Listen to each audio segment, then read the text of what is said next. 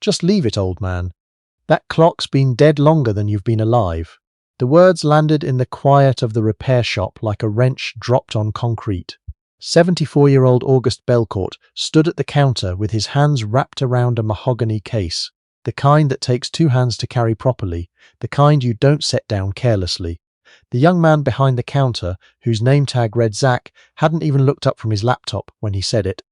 "I'm serious," Zach continued, finally glancing at the case with the particular expression of someone who has already decided the answer before hearing the question. "These old Vienna regulators, the movements probably sees solid. Parts don't exist anymore, and even if they did, the labour alone would cost you 3 times what the thing is worth. Nobody fixes clocks like that anymore." August said nothing. He lifted the mahogany case back off the counter with the same careful hands he'd used to set it down, tucked it against his chest, and walked out of Thornton & Sons Horology without another word. Zach watched him go, shrugged, and went back to his screen. What Zach did not know, what no one in that shop on Elgin Street in Ottawa knew, was that the man who had just walked out carrying that clock had spent 31 years repairing precision instruments for the Canadian Armed Forces. That those same hands, spotted now with age and stiff at the knuckles, had once been flown to CFB Esquimalt on a government aircraft because a navigational chronometer aboard HMCS Athabascan had failed, and August Bellecourt was the only man in the country who could fix it without pulling the ship from active duty. That his work had been cited twice in technical commendations that still existed in files marked restricted. That he had trained an entire generation of military instrument technicians, and that 3 of them now held senior positions at the National Research Council's Time and Frequency Laboratory in Ottawa, the place responsible for keeping the atomic clocks that define official Canadian time. None of that was on any sign. None of it was written anywhere a person like Zach would ever think to look. If you've ever been dismissed by someone who couldn't be bothered to find out who they were talking to, type precision in the comments before we go any further. August Bellecourt lived in a brick semi-detached house in the Glebe neighbourhood, which he had shared with his wife, Marguerite, for 41 years before she passed away from a stroke in the winter of 2019. The house was tidy in the way that houses become when one person lives in them who has always been methodical, never because tidiness comes naturally, but because disorder creates friction, and friction wastes time. Books were arranged by subject. Tools were hung on pegboards with outlines drawn in marker, so that every instrument had a shadow of itself waiting for it to return. The kitchen smelled faintly of machine oil, which Marguerite had complained about for 4 decades, and which August had never been able to fully eliminate. He had retired from DND, the Department of National Defence, at 62, not because he wanted to, but because a policy change had restructured his division, and the work he did was quietly transferred to a contracted firm out of Brampton that, in his considered opinion, understood the theory of precision instrument repair, but not the practice. He had said this once to his supervisor in a meeting and had been thanked for his years of service and off a handshake. Since retirement, he had kept his hands occupied with small repairs for neighbours and the occasional referral that found its way to his door. He did not advertise. He did not have a website. He did not charge what his time was worth, because the work was not about money. It was about not letting the knowledge go entirely still. The clock he had carried into Thornton & Sons that Tuesday morning had come to him in a peculiar way. 3 weeks earlier, the woman next door, a retired schoolteacher named Paulette Deschênes, who had lived beside August for 22 years, had asked if he would look at something she'd found in her late mother's estate. Her mother had emigrated from Vienna in 1952 and had brought with her, among other things, a wall regulator clock that had hung in the family home without interruption for 70 years. It had stopped one night in November, and no one had been able to get it running again. August had examined it in Paulette's kitchen and understood immediately what he was looking at. The clock was not merely old. It was a Viennese Laterndluhr, a lantern regulator, built sometime around 1840, a category of ties considered by those who understand such things to represent the absolute peak of Austrian clockmaking. The movement was a 1-year duration piece, meaning it was designed to run for 12 months on a single winding. The escapement was a deadbeat, machined to tolerances, that would have been extraordinary even by modern standards. The pendulum rod was made of a wood and steel composite, specifically chosen to cancel out the effects of temperature expansion. Standing in Paulette's kitchen with the movement laid open on a dish towel, August felt something he hadn't felt in a long time. Not nostalgia exactly, more like recognition. He had carried the clock to Thornton & Sons because he needed a specific mainspring, a piece he could not manufacture himself, and because he had hoped, perhaps naively, that a professional clock shop might have the part or know where to source it. Instead, he'd received 30 seconds of a young man's disinterest and a suggestion that he give up. He drove home, set the clock on his workbench, and sat looking at it for a while. Marguerite would have said something practical. She usually did. She would have said, "Call Hans." August hadn't thought of Hans Verbeek in perhaps 2 years, but the name surfaced now with the clarity of something that had never really gone away. Hans was Belgian, 78, a former horologist for the Royal Canadian Mint who had retired to Almonte, a small town about an hour west of Ottawa. August and Hans had been corresponding since 1987, first by letter, then by email, about nothing in particular. Occasionally an interesting movement, sometimes a source for a rare material, once a long disagreement about the merits of lever versus cylinder escapements that had stretched over 6 months and 24 letters. August called him. "A Laterndluhr," Hans said, and there was a pause on the line. "1-year movement?" "Yes." Another pause. "What condition?" "The movement is excellent. Someone cleaned it improperly decades ago, but the parts are all there and the steel is sound. The issue is the mainspring. It's fatigued and the set is wrong. I need a 1.8mm by 14mm, ideally pre-tempered." "I have 2, Hans said. That was how August came to spend the following week preparing for a restoration that Zach at Thornton & Sons had dismissed in the time it takes to read a takeout menu. Here is something worth understanding about what it actually means to repair a clock of this age and complexity.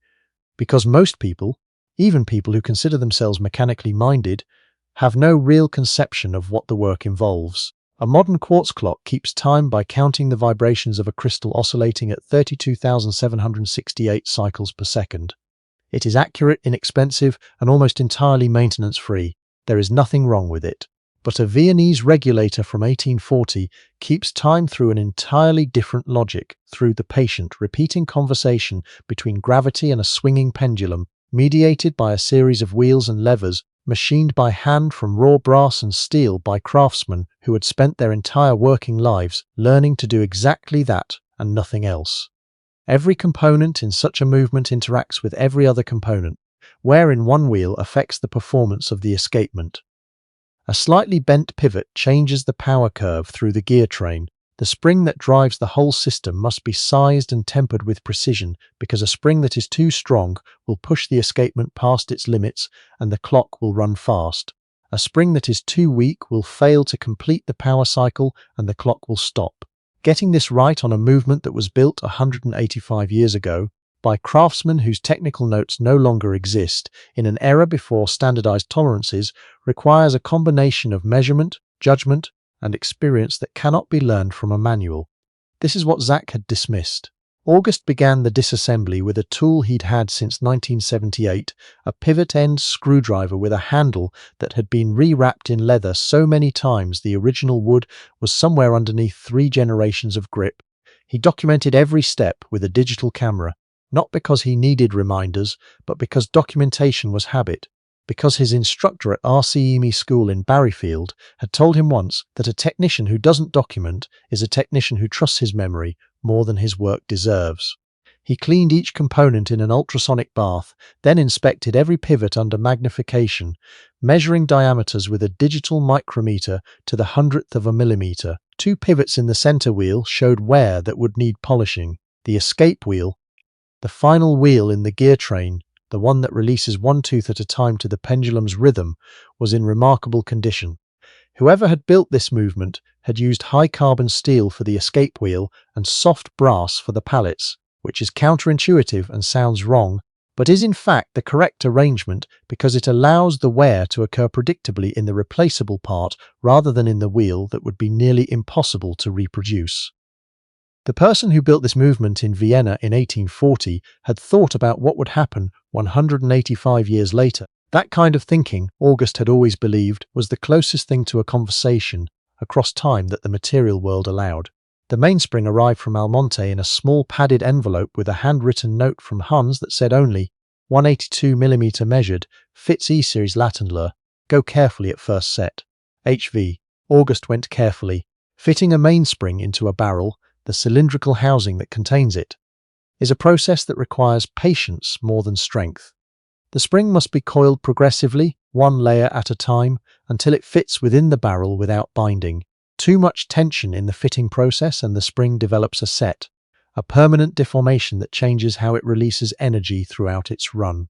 August worked the spring in over the course of 2 hours, stopping frequently, releasing tension, letting the metal rest, then continuing.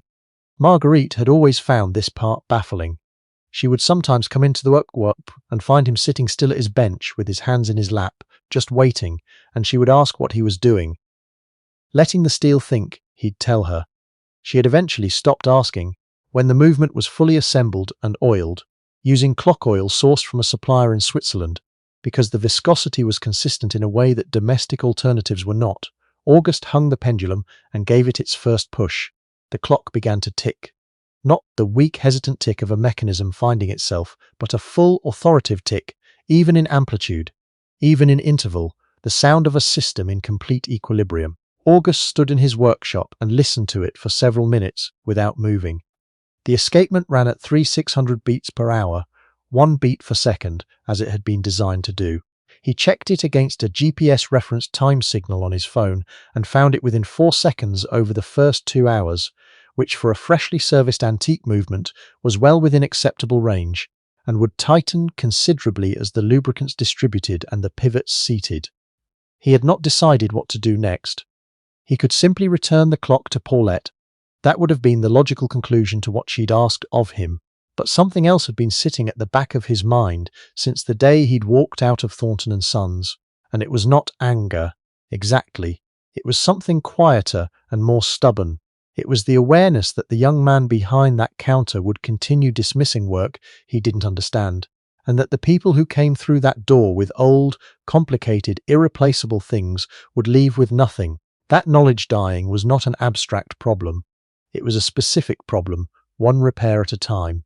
There was also, if he was honest, a certain uncomplicated satisfaction in the idea of walking back through that door. He called Paulette first and explained what he'd found and what he'd done. She cried a little, which surprised him, and then explained that the clock had been the only thing her mother had carried out of Vienna, that it had sat running on the wall of every apartment her mother had ever lived in, and that when it stopped, Paulette had felt, irrationally but persistently, that something essential had gone quiet. August wrapped the clock carefully in moving blankets and placed it in the back of his Subaru. Then he drove to Elgin Street.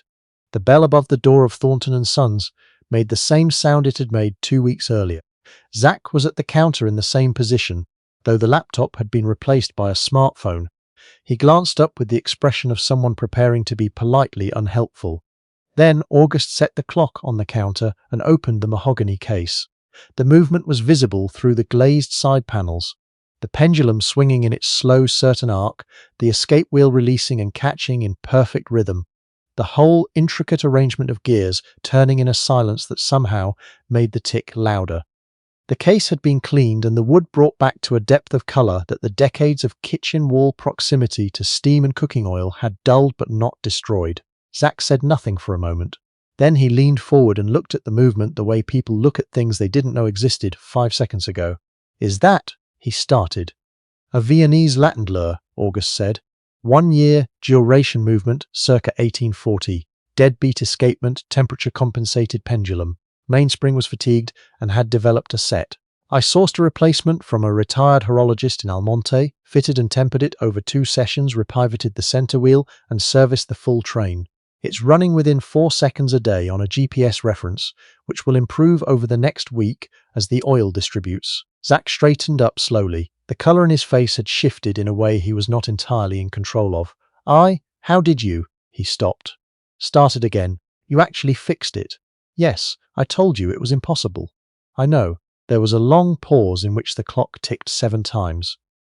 "Where did you learn to do that?" Zach asked, and his voice had changed. The boredom was gone. What replaced it was something more complicated, not quite embarrassment, not quite admiration, somewhere in the space between. August considered the question. He didn't, as a rule, talk about his career. The work he had done had been classified at levels that made casual explanation complicated, and he had spent enough years learning not to mention it that the habit was now simply part of how he moved through the world. But the young man's face was asking a genuine question, and there was something in the quality of his attention that had shifted enough to deserve an honest answer. I spent 31 years as a precision instrument technician for the Department of National Defense, August said. Before that, I trained at RC. Most of what I did is still restricted, but I'll tell you this much. If you can service the gyroscopic compass on a destroyer, you can service a clock. Zach looked at him. Then he looked at the clock. Then he looked back. I didn't even ask your name, he said. August Bellecourt. Another pause. Zach reached across the counter somewhat awkwardly and offered his hand. Zachary Thorpe, my grandfather started this shop. August shook it. What followed in the next 20 minutes was not what either of them had anticipated when August walked in. A woman waiting in the shop's sitting area had been listening to the whole exchange, and she was in her late 60s, and she had a watchmaker's loop on a chain around her neck that she wore the way people wear a piece of jewelry they've carried so long they forget it's there. Her name was Denise Moreau, and she had been a master watchmaker for 30 years before retiring, and now occasionally brought complicated pieces to Thornton & Sons because they had the widest parts inventory in the city, though in her private opinion their technical skills were adequate at best. She came to the counter and examined the movement without asking, which was the behavior of someone who had earned that right by knowing what she was looking at. Deadbeat? She said. Yes, August said. Original pallets? Yes. Minor wear, polished in place. Didn't want to risk restoning them. Good call. She looked up. You're Bellecourt. You trained Sebastien Fontaine. I did. She nodded, as though this settled something. He told me about you. I've been waiting for someone to tell me what happened to that Elgin pocket watch I brought in 6 months ago. She looked at Zach with the particular expression of a retired professional addressing a junior colleague. That's a different conversation, but I wanted to say, she returned to August, this is exceptional work. The word exceptional landed in the room quietly and did not require elaboration. Zach Thorpe spent the rest of that afternoon in a state of recalibration that he would later describe to his girlfriend as mildly disorienting. He had grown up in this shop. He had been handed the keys at 27 when his father moved to Kelowna, and he had spent 3 years building what he considered a reasonably competent clock and watch repair business, specializing in the battery-powered and quartz pieces that made up the bulk of practical demand. He had taken 2 correspondence courses and read the standard manual. He knew what he knew, and until approximately 90 minutes ago, he had believed that what he knew was most of what there was to know. He had been wrong in the specific way that is most difficult to recover from gracefully, which is to say, he had been wrong in public, and the person who had proven him wrong had done so without saying a single unkind word. He called August Bellecourt that evening. August almost didn't answer. He didn't recognize the number, and he had reached the age where unknown numbers usually meant someone wanting to sell him something or warn him about his vehicle's extended warranty. But something made him pick up. Mr. Bellecourt, Zach said, I want to apologize. What I said when you came in, that was dismissive and it was wrong, and I'm sorry. August waited. I want to ask if you would be willing to meet sometime. Not as a customer. I mean I don't know. I have pieces in the back that I've been turning away because I don't know how to approach them, and I think you might be able to show me where to start. If you're interested. If that's something you'd want to do. August looked across the workshop at the clock, now sitting temporarily on his workbench, its pendulum still in its patient arc. He had not had an apprentice since 1997, when the last young technician he'd trained had moved on to an electronics position that paid 3 times more and required a fraction of the patience. I'm not a teacher anymore, he said. I know, Zach said. I'm not asking for a formal arrangement. Just, I'd like to learn from someone who actually knows. There is something that happens to people who have spent a career mastering a craft. When they reach the age at which they can see clearly that the knowledge they carry will not automatically transmit itself into the future. It is not panic. It is quieter than that. It is the particular weight of holding something irreplaceable and knowing that your hands are the only ones currently wrapped around it. August had felt that weight for years. He had simply not found the right place to set it down. Come on a Saturday, he said. Bring coffee. Real coffee. not that pod machine stuff. Over the following months, Zachary Thorpe began showing up at the brick semi-detached in the Glebe on Saturday mornings with coffee from a place on Bank Street that August approved of, and with questions that became more precise as the weeks passed. He learned how to read a movement without touching it. He learned the difference between wear that requires intervention and wear that indicates stable operation.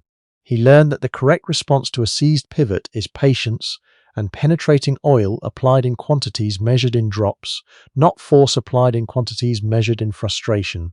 He learned that Auguste Bellecourt could tell the approximate decade of a movement's manufacture by the surface texture of its brass plates, and that this was not magic but the accumulated pattern recognition of several decades of looking at the same categories of objects. He also learned, gradually, about the career that Auguste deflected questions about with the consistency of long practice. Not the classified details, those remained where they belonged, but the shape of a professional life built on the principle that if something was worth doing, it was worth doing to the absolute limit of available precision, and that the limit of available precision was always further away than you thought when you started. Denise Moreau came back to the shop, eventually, and the watch that had been sitting in the back for 6 months turned out to have a problem with its Swiss lever escapement that Zach, with August guidance provided over a 20-minute phone call, was able to diagnose and repair correctly on his first attempt. She left without much comment, which Zach had come to understand was her version of high praise. Auguste Bellecourt's health declined gradually, and then, in the way of these things, more quickly. He had a good winter and a difficult spring, and in the June of his 77th year, he died at home, in the chair in his workshop, which was where he had always preferred to be. His neighbour Paulette Deschênes found him when he didn't come to the door for their Tuesday morning coffee, which had been a standing arrangement for almost as long as she'd lived next door to him. The obituary in the Ottawa Citizen was brief. It mentioned his military service in general terms and his retirement from the federal public service. It noted that he was predeceased by his wife Marguerite and survived by a sister in Sudbury. It said nothing about gyroscopic compasses or atomic time references or the specific category of knowledge that had walked out of the world when he left it. But Zachary Thorpe wrote something longer for the small community of horologists who had known Auguste through correspondence and shared contact, through the network of people who care about such things. He wrote about a man who had arrived in his shop carrying a clock everyone assumed was beyond saving, who had returned 2 weeks later to prove that assumption wrong without a word of reproach, and who had spent the time that followed teaching him not just how to work, but how to see. The Viennese Laterndluhr went back to Paulette Deschênes and back to its place on the wall. It runs still. Someone will need to service it again in perhaps 20 years, when the lubricants begin to break down and the pivots start to show the first signs of wear. When that time comes, whoever opens that case and lifts out movement will find it in the condition it was left in by a man who did not believe in doing work that a future hand might have cause to regret. That is the only kind of obituary that lasts. Zach Thorpe still runs the shop on Elgin Street, but if you walk in now with something old and complicated, something a dozen other people have told you to give up on, you will find that the young man behind the counter asks questions before he gives answers. He asks what you know about the piece. He asks about its history. He listens to the whole answer before he forms an opinion. And on the wall behind him, beside a framed photograph of his grandfather, on the day the shop opened in 1971, there is a second photograph. An older man at a workbench, not looking at the camera, bent over something too small to identify in the image, hands still, attention absolute. Most customers don't ask about it, but the ones who do get the full story, and every single one of them leaves knowing that the most dangerous thing you can say to a person carrying something irreplaceable is that it can't be fixed before you've found out who you're talking to.